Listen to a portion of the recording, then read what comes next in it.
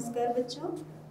आज मैं कक्षा 12वीं की जो हिंदी की पाठ्य पुस्तक आरोह भाग 2 से ऊषा कविता है वो मैं पढ़ाना चाहती हूँ, जिसके कवि हैं शमशेर बहादुर सिंह जी। और इस कविता में शमशेर बहादुर सिंह जी ने मुक्त छंद का प्रयोग किया है और यहाँ पर जो भाषा प्रयुक्त की गई है वो है हमारी खड़ी बोली हिंदी का प्रयोग यहाँ पर किया है। तो बच्चों, ऊषा जो कविता है उसमें कवि शमशेर बहादुर सिंह जी ने यानी पल पल परिवर्तित होती जो प्रकृति है उसका वर्णन किया गया है। और वो किस समय का वर्णन है? सुबह का, यानी सूर्य उदय होने से पहले का जो गतिशील मानचित्र है, यानी पल पल प्रकृति जो परिवर्तित हो रही है उसका वर्णन यहाँ पर कवि ने किया है।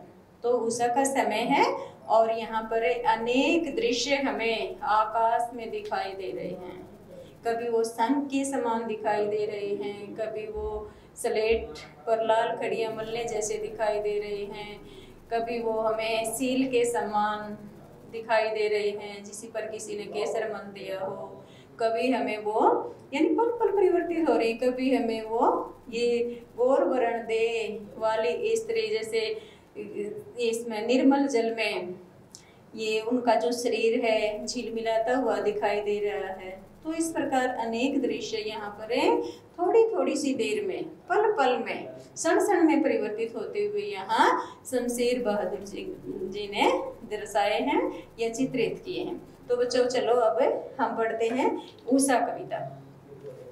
तो देखो बेटे, ऊषा जो कविता है, प्रातः नभ था बहुत सील, प्रातः नभ था बहुत नीला शंख जैसे भोर का नभ, राख से लिपा हुआ चौका अभी गीला पड़ा है।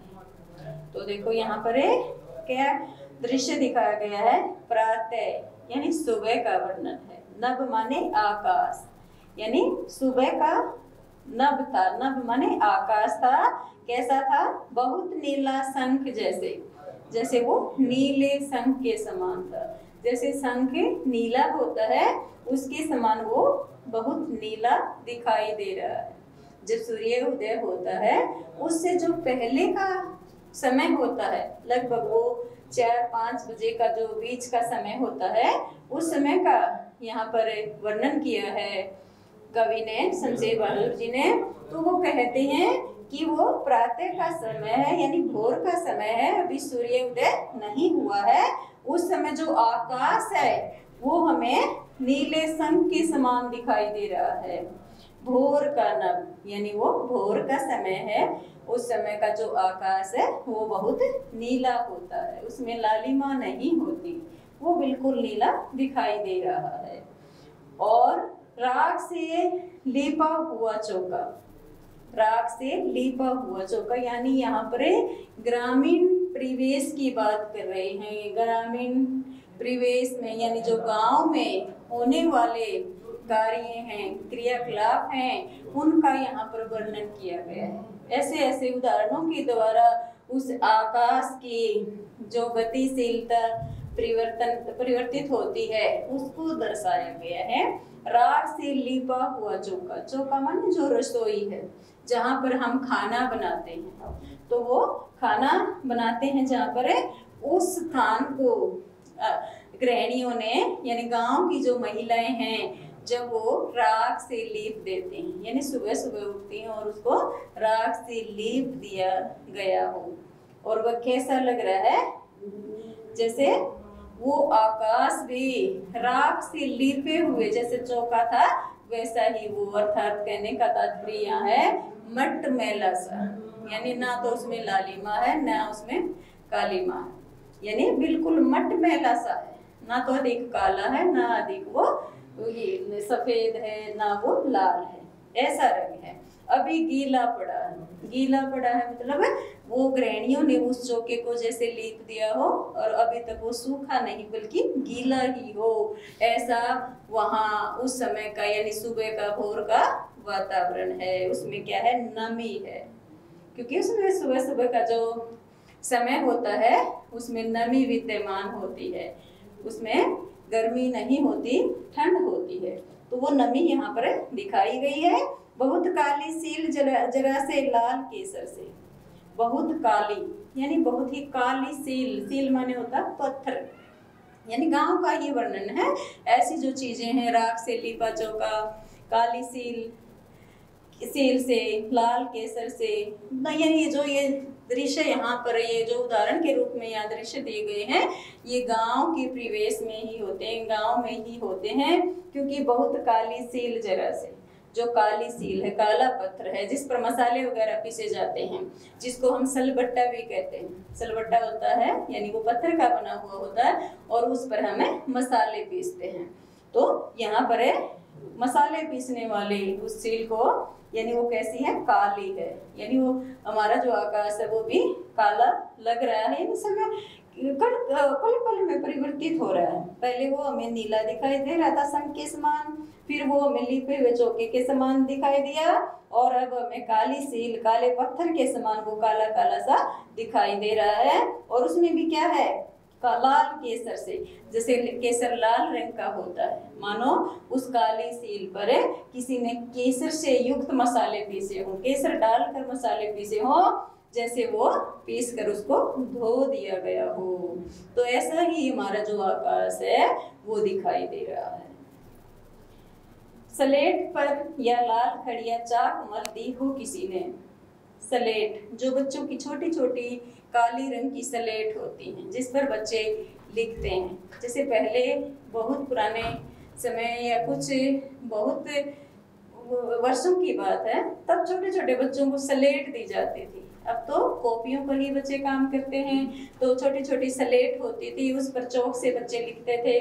तो कहते हैं कि ये स्लेट पर या लाल खड़िया चाक मल दी हो किसी ने, मानो उस काली स्लेट पर किसी ने लाल चौक से, जैसे तो सफेद चौक होता है यहाँ पर, क्योंकि अनेक रंगों के चौक बने होते हैं, तो यहाँ पर लाल चौक से किसी ने उसको लीप दिया हो। लीप दिया हो कैसे, मतलब उसको ऐसे बच्चे जैसे उस स्लेट पर ऐसे ऐसे कर देते हैं, मान लीजिए काली है और इस पर ऐसे ऐसे उसको मल देते हैं, तो उसको कहते हैं। तो ये मल देना यानी उस पर कुछ भी चित्रित कर देना। तो हमारा आकाश भी पहले वो काला काला सा दिखाई दे रहा था, और उसके अंदर अब क्या दिखाई दे रहा है, लालिमा दिखाई दे रही है। जैसे किसी ने काली स्लेट पर लाल खड़ी से, लाल चौक से उसको, उसमें कुछ मल दिया है या कुछ लिख दिया है या कुछ चित्रित कर दिया है, ऐसा दिखाई दे रहा है। फिर है तो इस जो हमारा पहली जो पंक्तियां थी, इन पंक्तियों में एक तो बिल्कुल सरल भाषा का प्रयोग किया गया है, और इसमें कहीं कहीं जैसे शंख है, ये है, चौका है, जर्रा है, खड़िया है, तो यहाँ पर कुछ उर्दू शब्दों का भी प्रयोग किया गया है। और ये भाषा बिल्कुल सहज है, सरल है, और खड़ी बोली हिंदी का यहाँ पर प्रयोग हुआ है। और पहली जो पंक्ति है, प्रातः नभ था बहुत नीला शंख जैसे, तो जैसे यानी यहाँ पर उपमा अलंकार का भी प्रयोग किया गया है। तो और इसमें या प्रयोग आ रहा है, जैसे स्लेट पर या लाल खड़िया, यानी संदेह अलंकार का भी प्रयोग है। तो यहाँ पर 3 अलंकारों का प्रयोग है।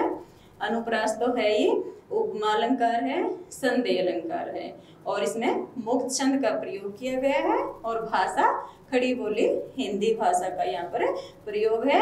और सूर्य उदय होने से पहले उषा काल का जो समय है उसका गतिशील चित्र यहाँ पर खींचा गया है। अगला है, नील जल में या किसी की गौर झिलमिल दे, जैसे हिल रही हो और जादू टूटता है, इस उषा का सूर्य उदय हो रहा है। और इसमें क्या कहते हैं, बहुत सुंदर पंक्तियां हैं। नील जल में या किसी के गौर झिलमिल दे।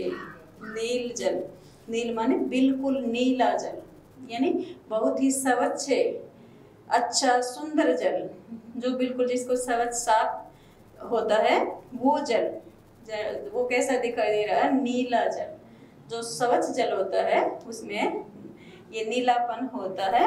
और कहते हैं या किसी की गौर झिलमिल दे, यानी किसी गौर वर्ण दे माने शरीर वाली जो स्त्री है उसका जो शरीर वहां पर झिलमिला रहा है, जैसे जब सूर्य उदय हो रहा है ना, ऐसा लग रहा है बच्चों कि जैसे नीले जल में किसी गौर वर्ण स्त्री का जो शरीर है वो उस जल में जैसे झिलमिला रहा हो। अर्थात जब तो कहीं नीला था कहीं कि किसी समय फिर वो काला थोड़ा थोड़ा काला दिखाई दिया, फिर वो लाल लाल दिखाई देने लगा।